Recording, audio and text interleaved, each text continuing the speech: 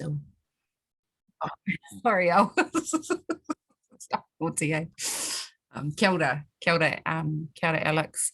Huri noa I te zui, tēnā koutou katoa, atuatahi me timata hei karakia tātou.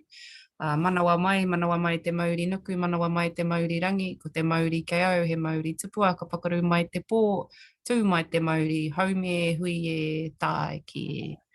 Tēnei te mihi nunui kia koutou katoa ko tai mai, ka nohi mai, marunga I te purangi, ki tēnei wānanga tuatoru, e pāna ki he pū te arangahau.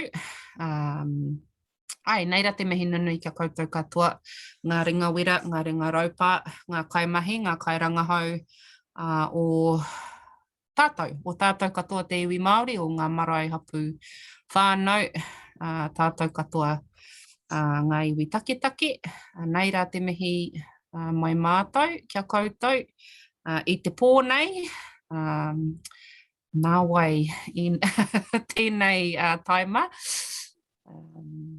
engari, kei konei tātou katoa, ki te kōrero, ki te wānanga, e pāna ki ira mea, ko ngā pū te arangahau. Nō reira, tēnei te mihi nunui kia koutou. He uri tēnei nō raukawa ki te kākaro o pā te tere. No te pito o te ao, ko putaruru toku kaipō. Engari kei noho au ki whakatāne I nai anei I raro I te maru o pūtauaki. Nō reira, tēnei te mihi kia koutou katoa. Thank you everyone for joining us tonight. For some reason, I thought our evening session was an evening and not a night session, but we're very much hitting the cusp, I think, for those who are early to bed, early to rise. Some of us, I think, are more of the opposite, night owls, and a little bit later in the start in the morning. So thank you for coming and for being here with us. Just a few technical things, and I will go through these because our last webinar we were hacked and we had a very unpleasant experience which threw the whole webinar completely into, we're not sure what it threw it into, but we were hacked. So we have got a waiting room. Obviously, you guys have been let in because we know who you are. But if you do know of anyone else that might be joining and they haven't arrived, or you think maybe we haven't let them in, please just put it in the chat function and Alex can let anyone in. If you've got colleagues or whānau who you're waiting to let in. You can mute and unmute yourselves. So please feel free to ask questions as you need to. But so we can get around everyone, probably what's easiest is if you just use the raise hand function in the reactions or put your hand up, then we can kind of make sure we get to everyone's questions, although we've got a nice little rōpū tonight. So just to make sure you know where those reactions are, because I didn't when people asked me, I'm going to ask you a couple of questions. So if you are in a part of the country where it is going to get to below 0 tonight, can you please give me a thumbs up? Ka aroha. Oh, just Nikki. Everyone else in the warm climates.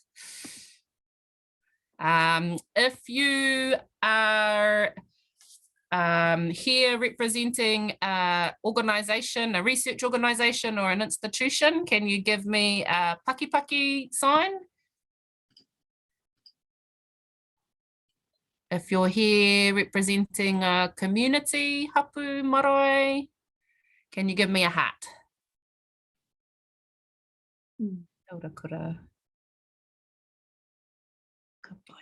Oh, kia ora kia Maya. Couldn't find those. Kia ora Nikki. I think we're all here representing our communities in one form or another, and usually we wear probably most of those hats all at the same time. I know that's definitely been something that we've all been juggling today, the three of us in our team. So we will do a quick round of whakawhanaungatanga, just because there's just a handful of us. And then after that, I'll pass over to Nadine just to talk a little bit about the Te Aho Fund in particular, but we are happy to answer any questions about the Te Taura Fund, noting that that is due on Thursday. no, this webinar's for both, isn't it, Nadine? For either. Yeah. So I'll hand to Nadine to have a little bit of a chat about those, but then we'll just pass the time over to you guys to ask any questions that you need to. And if you keep an eye out in the chat function, feel free to ask questions in there or to raise your hand. And Alex will put some of the kind of key links in the chat function too that we might be talking about. So I will hand over. We might go and do whakawhanangatanga and then come end with you, Nadine, and then you can go straight into our kōrero. So I'll hand over, I'll just go down my screen to you, Nikki. Tēnā koe.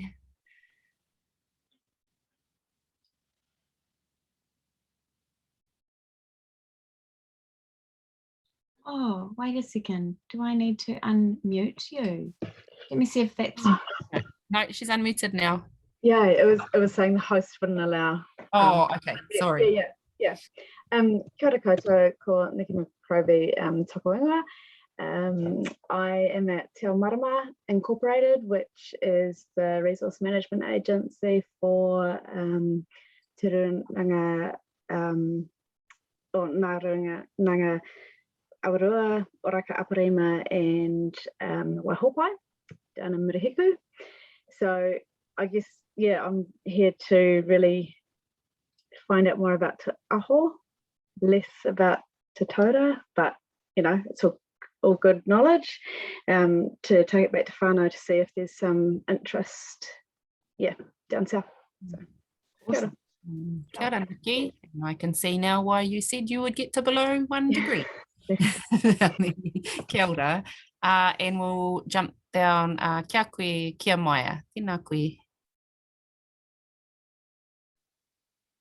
Tēnā tātou, ngā mihi nui kia koutou. Ko kia mai ala tōku ingoa no Tauranga Moana, ahau. Ai, I have just joined as a PhD candidate and Kura down here is my supervisor. So I'm interested in all of it. I just reached out because my pakeke whaiangarita is keen as Nadine knows what I'm talking about. Love her. To bring the Snopu into Matapihi in particular, which is a tiny peninsula in Tauranga Moana, which is where I'm from. Hongahoa Toro Marae and Waikari Marae, Whareroa Marae are the three that surround a little tahuna there. And but my current plan for research was kaimana restoration and around the port of Tauranga area and looking at our Mātaitau reserve management. So I'm just putting the feelers out there at the moment to see how this all works. I don't know much about it yet. Awesome. Oh, kia ora, kia Maya, and I'm real excited to hear you taking on the PhD journey. Me too. So hopefully scared and excited all in one bundle. That's awesome. Very cool. So on that note, we'll hand over to Kura. Nice segue. Over to you, Kura. Kia ora tātou. Ai, ko Kura tōku ingoa no Ngāti Awa, Ngāti Whakehimoa hau. So pai ake te kanoho koe kei raro te maru o Pūtauaki de Naomi, kei whakatāne. Kia ora tātou. I'm just here to really learn about Te Aho, and I'm here representing Te Tautoko Kia Maia, but also our little tiny iwi of Ngāti Whakehimoa e Pukehina. Our island, Motuno, which we are the only recognised kaitiaki of for generations, has been subsumed into the Mōtiti MPA, which I don't know if you know about that, but that was done without our knowledge.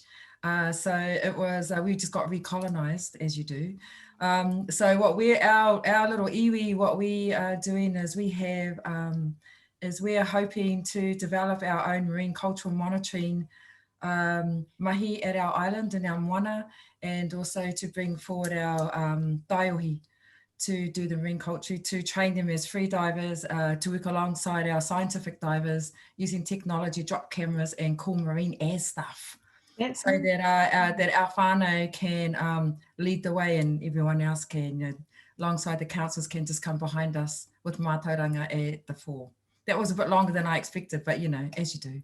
Kia ora. Kia ora, kura. No, that's amazing. So yeah, so cool to hear. And yeah, this is the value of these kinds of exercises, and part of our tikanga is that we get to learn about all these amazing things that people are already doing and want to do. And yeah, let's figure out how we can make all of that happen and support it the best that we can. So tēnā koe, recolonizing.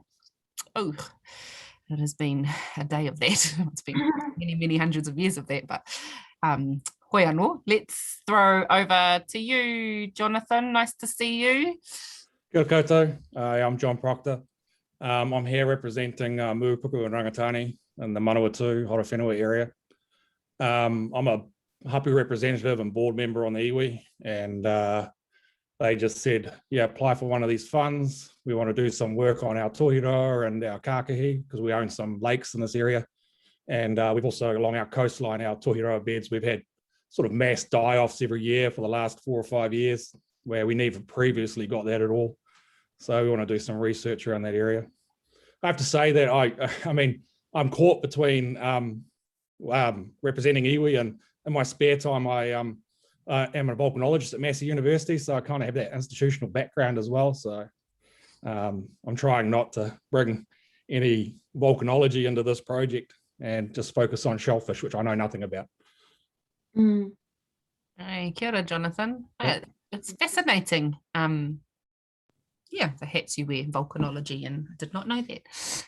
So kia ora, thank you for sharing. And yeah, it's always interesting. I'm always called on by our whānau back home in Putararu to do things because I've got an academic background, but the things they want me to do are nothing to do with my particular disciplinary area. But I know that there are a lot of skills that we can bring in and move into the mix for our whānau. So that's what we're here for.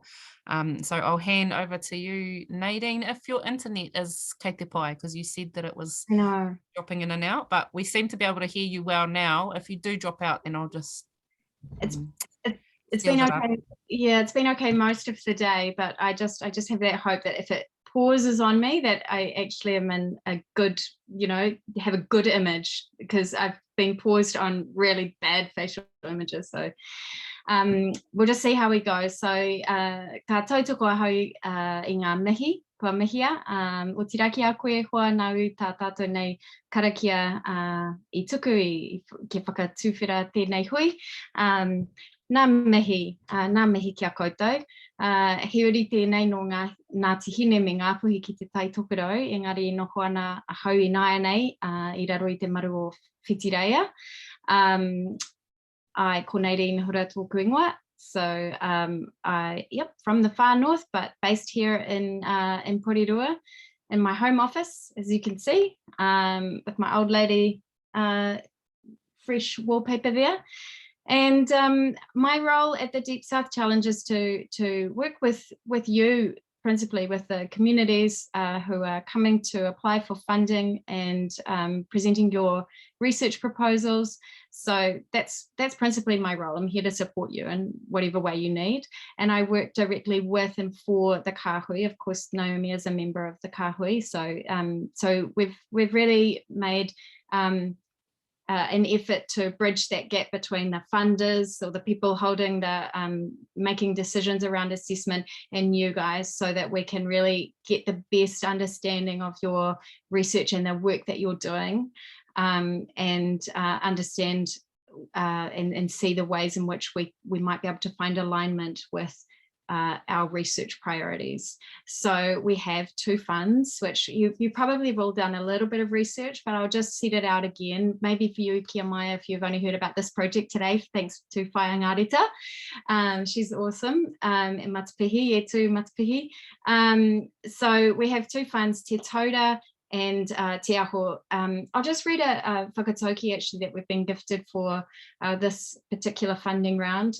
Ko tuia ki te aho rangahau kia mauai, whiria te taura mā tauranga kia ita. So with the thread of research to maintain, plait the rope of ancestral knowledge to tightly bind and sustain. So it's a beautiful whakatauki, and what this whakatauki does is it weaves our 2 funding streams together. So even though they're separate, they really are, we're really wanting to see the ways that they work together in the broader scheme of the whole funding resource, in terms of, we've got a national focus. Te Taura is more suited probably for complex projects that involve multiple inputs, whether they be academic or institutions, as well as communities. We expect that those projects will have a national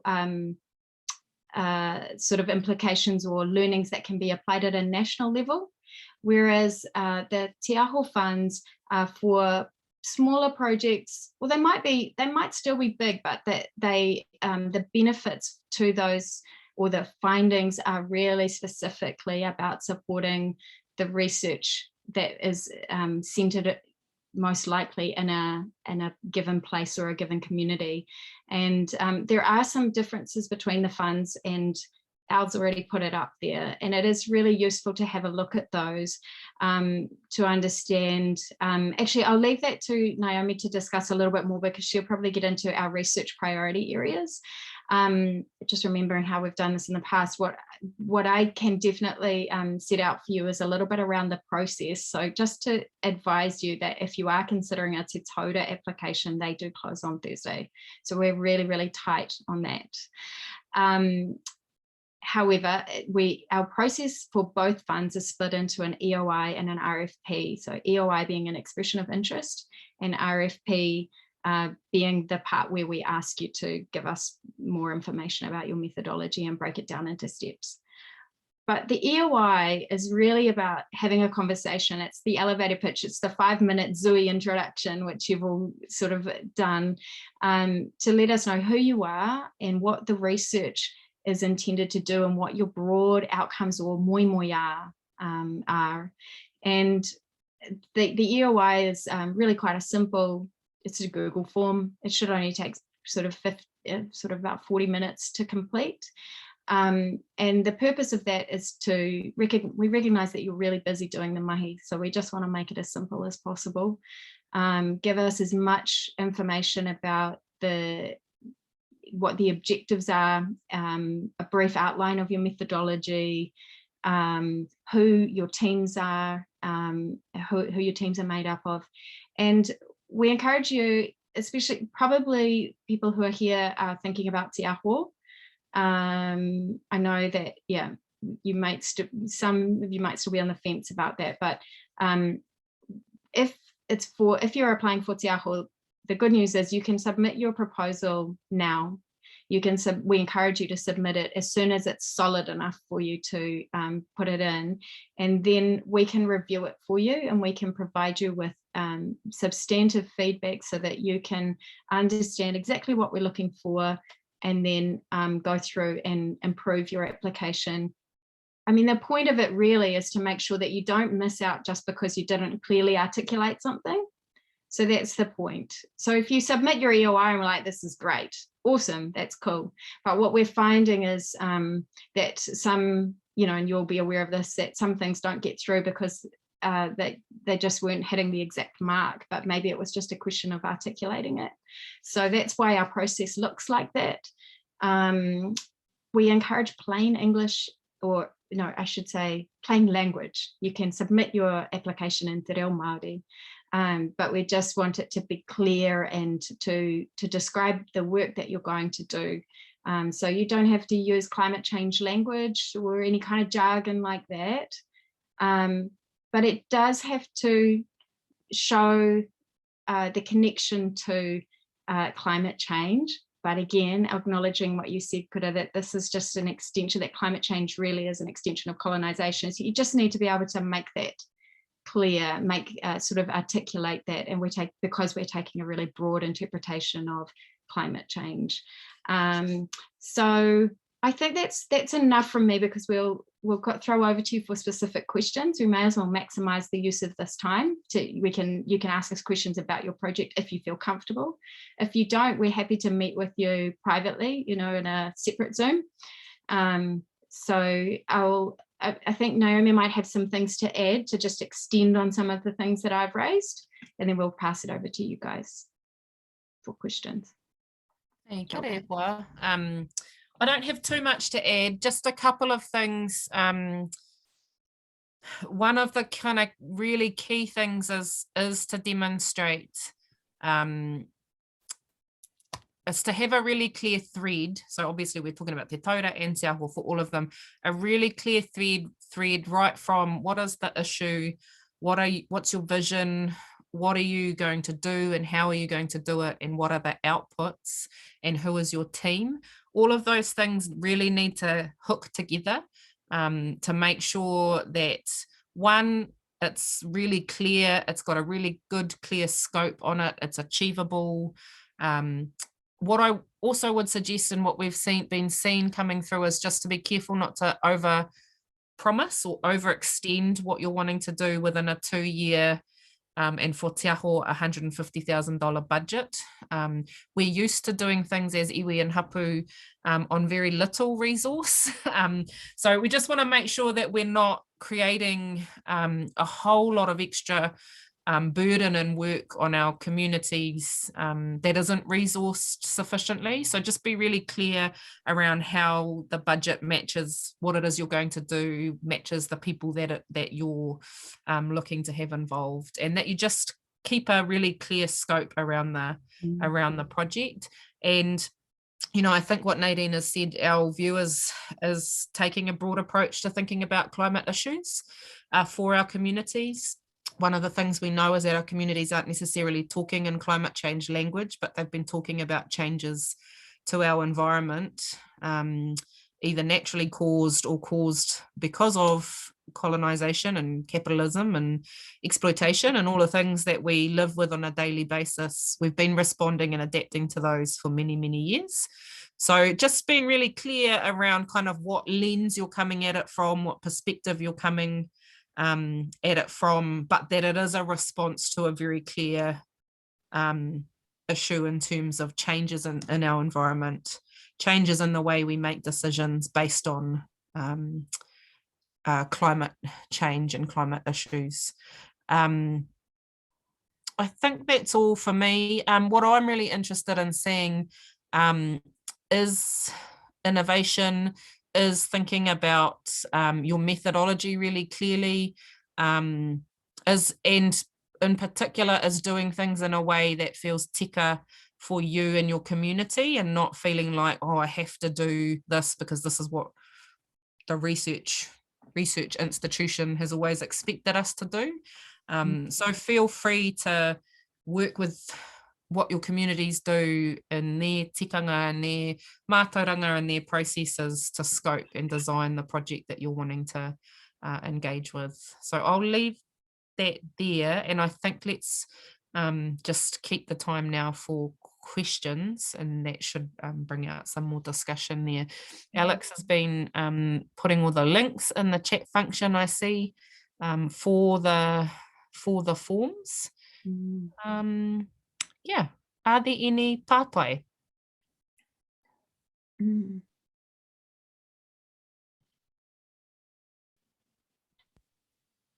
Kia ora, Jonathan.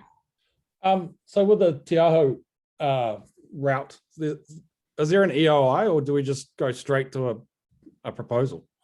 No, so there's an EOI, so they're both, so it's the same process for both, but they're just different timelines. Okay. So there is an EOI, and then they're exactly the same EOI forms, and then you'll be invited to apply for the full proposal after that. So those timelines in terms of when the EOI is due and when the RFP or the full proposal is due are up on that website that tells you kind of what the timeline is against all of those. Yeah. Kia ora, kia Maya. Kia ora. I guess my big question is due this Thursday. So question for both you guys and Hura. Is it possible for me to meet this time frame? We have a good picture of what I wanted to do originally, and I was just wondering how it might connect to the climate change scenario, which is what you've just described, which is really cool. And I can see some connections there, but just wondering, can I do this by Thursday? Yeah, I've done a basic plan for the first year for Kura so far. So yeah, just wondering if I can do that one. Or should I just stick with the other one, which sounds like it has a bit more time for planning and stuff? Yeah, there is more time for planning with Te Aho because it doesn't close till September the 1st.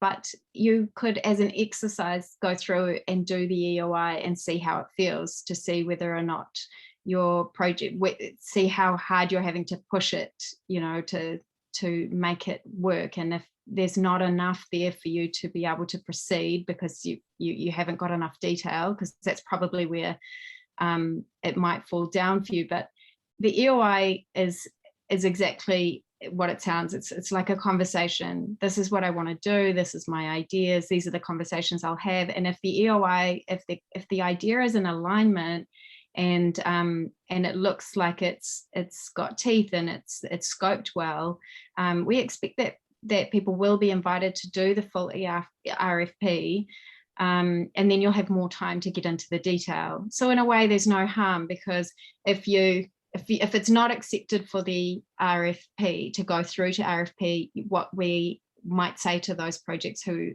we identify as maybe not being a right fit for that fund because it's not complex enough, or maybe something else, you can still resubmit for Te Aho. You're not going to be penalized for that, so you could still apply for Te Aho. It's really about making sure that the fund is the right one for your project. Is a little bit of what Naomi was referring to with respect to scope. It's really just making sure that the project is the correct fit for that fund. So we'd encourage you to look at the project and what the project is natively, and what it wants to do and be and achieve. And if it's a fit for Te Taura, that should be quite clear. And if it's not, we don't want you to sort of like push it so much that it's lost what it's ngako, you know what I mean? So maybe do the EOI and see how that feels when you get to the end of it. We will be very tight to be giving you feedback. Realistically, if you submit it tomorrow afternoon, we could do our best, but we just don't know how many others will come in also overnight. So we just would be fair about our, we've been looking at applications as they've come in the order that they've come in. If we get 5 tomorrow, we're going to be really stressed to be able to review them all. How many have you had so far? You're not allowed to say. No, we wouldn't probably discuss that. Yeah. Yeah. The uptake of our webinars, particularly our first one for Te Taura, was pretty big. We've also, Nadine and I have been quite busy with having hui with different groups and different organisations. So I think if we go off that, there's going to be quite a number of EOIs that will be submitted as well. So that's great. All that tells us is that we need to keep pushing for more funding to be released in this space, that we need to keep pushing for there to be more support for communities to be doing this work, and that's really what we're trying to advocate for. So yeah, as Nadine said, don't be put off by the potential that there will be a lot. Yeah. We really want to avoid that, because I think a lot of people will be thinking, oh, it's going to be so oversubscribed. You know, that moment where people are like, oh, I'm going to withdraw, I'm not going to apply. So we just don't know, and just encourage you to put it in. You know, there's no, for an EOI that takes you 40 minutes to complete, there's probably no harm lost, just an evening writing an application. Kia ora, kura. Actually, this is a question for Jonathan. I know this seems weird, but you're talking, because I also work at Waikato. I do marine stuff, as does Kia Maya, and you're talking about shellfish, Mr. Volcanologist, but this isn't part of this kaupapa. But if you wanted some people to talk, if you wanted to talk about what you could do with shellfish, for your whānau, like using mātauranga as a baseline and then overlaying that with like quantitative shellfish evidence-based information. Would be keen as to have a like a Zoom or just a phone call just to like talk stuff through with you if you wanted, because, you know, we only have one ocean, we just give it different names. So if your part of the rohe is healthy, then the rest is healthy. So if we can help you in terms of, because shellfish is what we do. And so so if you wanna have a catch up, like why am I? We'll be happy as to share some stuff with you around that. Oh, that's cool. Thanks for that. Totally off the kaupapa, but all part of the kaupapa. Yeah. All part of the I mean, you know, from an iwi perspective, I mean, that'd be great. Just give me an email. You'll be able to find my email somewhere online. I work at Massey. So, but I mean, I look at these funds, and you kind of look at the bigger numbers going to the one which is favored towards the institutions. And it looks like it's a proper sort of institutional bid run by science and scientists. And we can wrangle those guys up, no problem. It's just that, you know, the questions and the things that that the iwi want are coming from the iwi, or coming from the people. And so I kind of want to, with this process, I kind of want to stick with that iwi line, but it'd be nice to be able to go for, say, 250K instead of 100K or whatever it is. I mean, we will have sort of institutions and organizations coming behind us, but I want to maintain that iwi lead as well. So. Yeah. Same, because like I'm the secretary for our marae and our rinana, because, you know, that's how we roll. And I have been for like 8 years, so I totally get it. So that's why in this space, I'm coming from our haukainga. But good luck trying to keep it separate though, bro. And maybe we can just reinforce that Te Taura's not designed just for institutions at all. In fact, we would love to see those bigger funds going to community iwi hapu led projects. The difference between them is that those projects, the Te Taura projects, do need to just be a little bit more complex in terms of the collaborations that might be happening. That doesn't have to be a collaboration with an institution. It can be collaborations between iwi and hapu.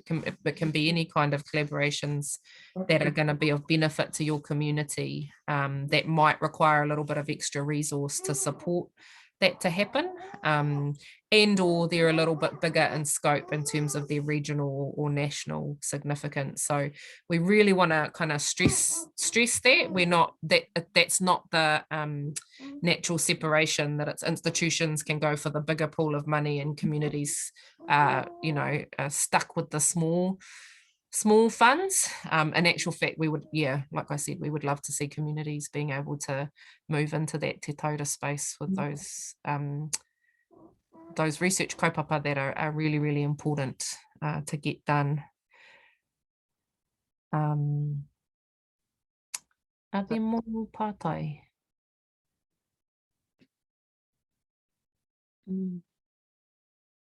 Tautoko that. I think it might be worth putting on the website too, just to clarify that, so that people can bring their, you know, creativity to those proposals. Breaking the mold, that's what we're trying to do. We're trying to open the pathway for that to happen. Yeah. One of the things that we were asked at the last webinar, which has come up a couple of times, is in regards to what the outputs need to be, and we're just really encouraging people to think about the value of the research journey itself as being as crucial, if not more important, than the final output. So that's another way that it's a little bit different perhaps to other research funds, in that we're not necessarily looking for a journal article or a research report, unless those things are what you know that the project really needs and what is going to be most valuable. But we suspect, and we'd like to see, more creative, innovative Māori, authentic Māori, mātauranga Māori is the word that has come up a few times. And by that, we just mean that it's indigenous to and it's mātauranga and tikanga that is relevant and makes sense for your community. So that will be defined by you and by your research community. So it might be that it's a cookbook or an app or what are some of the other things, a game or something like that. We want to see all of those things, that, especially for the way that the knowledge that is gained can be transferred, transmitted in an ongoing way. So, maybe it's through waiata compositions, kapahaka, it might be carving or weaving, indigenous ways of exchanging knowledge and preserving and holding on to that knowledge and activating the knowledge. So yeah, some of the language around, things like, frameworks, or, just break the mold and go for those things that you'd love to just do, that might sound like what you said, free divers with your science divers. You're exactly how you described that project sounds exciting, because it sounds exactly like it's going to deliver what your community needs. And that's the kind of stuff that we're really encouraging people to bring, rather than kind of suppress that and talk up all of this other stuff like the policy frameworks and this and that, stuff which is kind of high level. We want to see the stuff that people are doing and wanting to see for themselves. Yeah. That sounds cool, because ours is really about connectivity, and we all, for us it's the moana, so we all talk about how we're ko te moana, ko te moana, but for a lot of our rangatahi and even our generations, we're actually completely disconnected from our moana. And so how can we care for our moana if we don't know her? So that's where we're at, is like, how do we get ourselves back into our moana, to know our moana, and ways that we can, I don't know, use tohu to assist that. I don't know. We're still thinking. That's why we're looking at Te Aho, because we're still thinking. And I know Kia Mai is going to be looking at, she's thinking about maybe Te Taura, but there's also Te Aho, as Nadine was saying, Yeah. Right. I've got too many ideas right now. It's crazy. But especially now that you're speaking my language, I love projects that deliver something meaningful at the end of the day. And it's exactly research just for academic purposes is really boring to me. So that's why I've followed Hura around this year, because she thinks the same way. So we're definitely on the same page. I love it. Oh, awesome.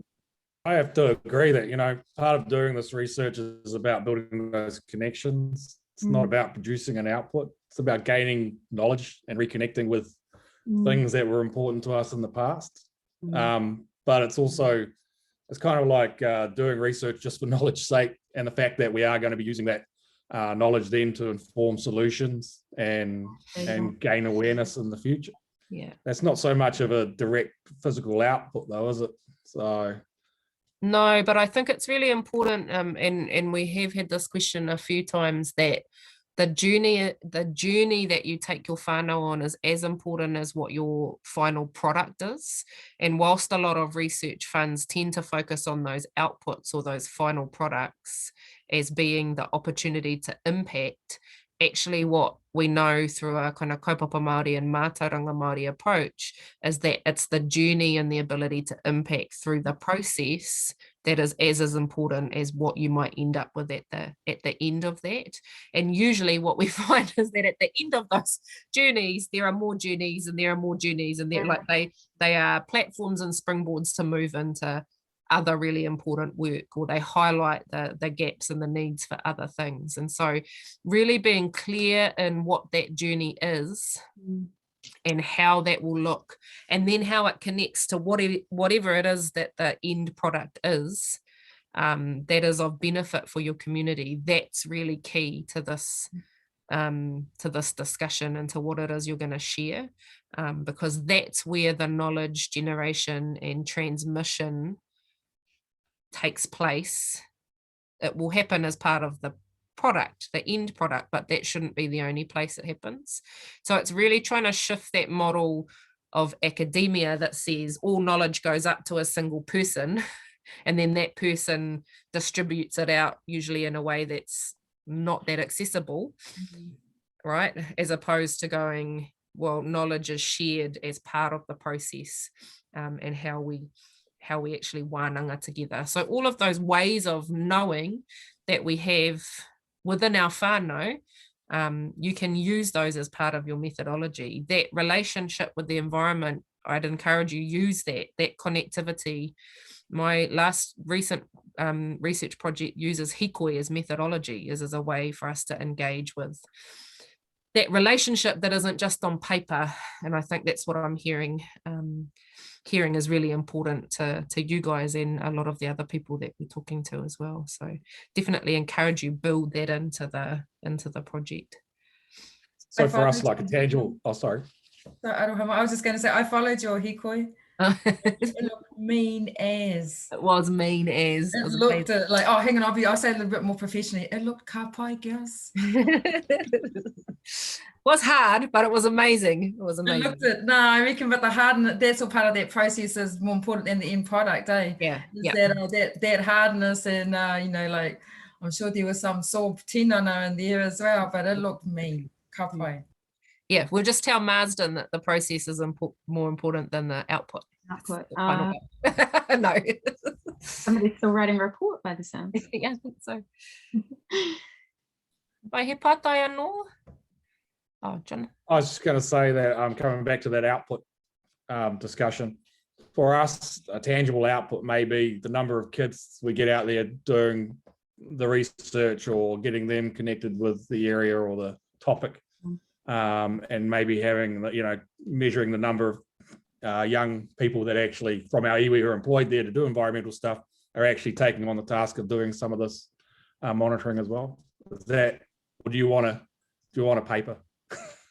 No, not necessarily. But it might be the numbers of kids that are engaging with that, and then it might be something that's going to be of real value to them. So it might be a children's storybook, depending on what age you're talking about with the kids, that shares that story. It doesn't have to be sharing it with the whole wide world. It can be just sharing it for your whānau. So it doesn't have to be a paper. It doesn't have to be a report. It has to connect to your kaupapa and the communities, the people that you're wanting to impact. So make it relevant to that, however that looks. I just got one last question as well. Just when I was filling out the form originally, it had that, what is your main kaupapa in relation to this climate research funding round? So I didn't bother reading anything about climate research funding round. So what is climate research? And what is the focus for climate research from you guys? So we've, No, you go. I was just looking for that question and then UI. So there is quite a bit of resource on the website that talks about what the priorities are in terms of what our kahui has discussed as areas that we believe, from our own experience and our work with communities, are priority areas for research for Māori. Now they are very, very broad. They sit under the umbrella of mātauranga, rangatiratanga. I'm going to have to try and look up the rest. Alex might be able to help us out.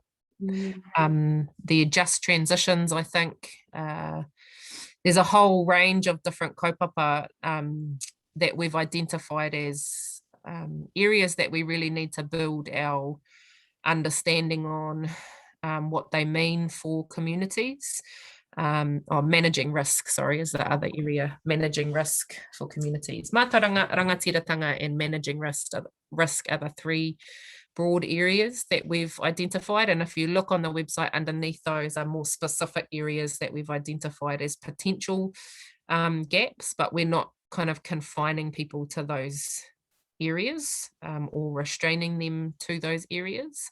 And it really needs to be in response to a climate impact or the ability of communities to be resilient and adaptive to changes in the environment caused by climate change. So again, we're taking a very broad understanding of that, and we understand that those impacts could stretch right from our language to our physical environment, to our spirituality, to our decision-making power, and that our resilience can be as diverse as, you know, reclamation of our reo, right through to adaptation strategies, right through to thinking about art practice, to thinking about all sorts of things, right? Any kind of Indigenous response and ability to be resilient is going to serve us well in terms of the threats that climate change might be posing, and the impacts that we are either feeling or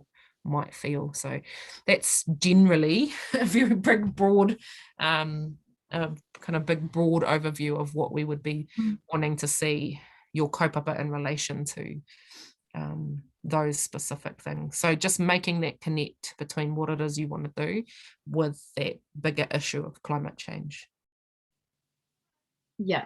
And when it says your main kaupapa in relation to that, it's a really short summary. I mean, it could almost be the title of your project, but we didn't want to make you give a title for your project. We just wanted you to be able to explain in basically a sentence, so that, you know, for example, when we're talking about your project, we'll say, oh, you know, it's the just transition one, or, you know, it's the one that's dealing with toheroa, you know, it's that kind of thing, so that we could, it's not meant to be too in depth. It's just your elevator pitch. Yeah, really. The elevator pitch. And I guess as part of your elevator pitch, what we need is for there to be a really kind of clear link to the work it is that we are promoting through this fund. Yeah, so it's that 20 seconds you've got. Yeah, that 20 seconds you've got to tell someone in the elevator that you're doing something related to climate. You should just let me drag the iwi to talk about it to you guys, rather than me being an intermediary trying to translate what they're saying into you know, science speak for a bit. Yeah, and we hear you on what you're saying there, and like people are really busy, and iwi are doing the work, and communities are busy, and that's why we do have this EOI process, so that, you know, at the RFP stage, that, you know, maybe there is an opportunity for you to be supported, for iwi to be supported to come into the conversation, to get into, to hone into some of the details. So it's just to get this EOI through, and an invitation to submit the RFP. So we do recognise that it's hard for you to do alone at this point. But yeah, whatever support that we can offer you to just help ease that burden, that's what we're here for at 8 o'clock at night for. Hey, to play, like, it's awesome work. It's really, and as Naomi said, it's a privilege for us to hear what everyone is doing, and we know that people are busy and doing the work, and it's awesome to see you guys making those connections, and we ultimately would like to be able to be spending time at the Deep South Challenge, inviting or providing opportunities for this exchange among community, among researchers, so that those natural connections can form. So that's on our to-do list. So yeah, now that you've got our numbers, you can keep in touch with us and ask us how we're going with that. I actually think that how you have Te Taura and Te Aho as mean, you know, like a lot of other science challenges, it's real hard for whānau to get in the door to compete against you know, universities. We all, we know we're at university, CRIs, whatever, so on and so forth. So I think that, well, for me, for us, for our little whānau on the coast, Te Aho is mean for us, because it actually gives our, not necessarily, well, our kaumātua, but not, because we've talked about this, but more our, like, our komiti, like our resource. I say resource, like, because we're all voluntary, but it actually gives them confidence that they can have a go, a first real go at something that can be led by us. We've got our trustee, she's setting up our administration to be able, you know, all that stuff.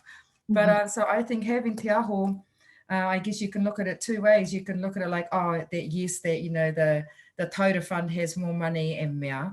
But for us, for our whānau, it's a place of confidence that we know we can do this. We have all the skills we need, but that it really is led by us, how we want to do it and the ways that we want to do it. And Te Aho actually provides that space, whereas I don't know, do any other science challenges do that?